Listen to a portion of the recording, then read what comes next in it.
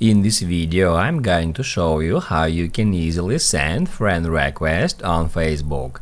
Be sure to watch the video to the very end so you don't make any mistakes, and of course do not forget to like this video and subscribe to my channel.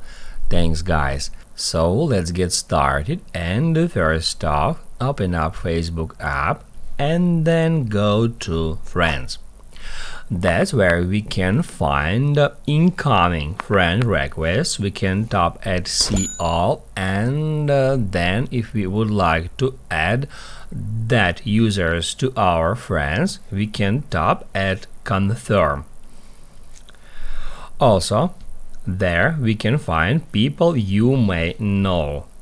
And then from here we can easily send friend requests to that persons just by hitting at Add Friend, just like that. Keep in mind that these users must confirm the request before you become friends. And also you can send friend requests directly from user's profile, so we can go to someone's profile, and that's where we can also find Add Friend button.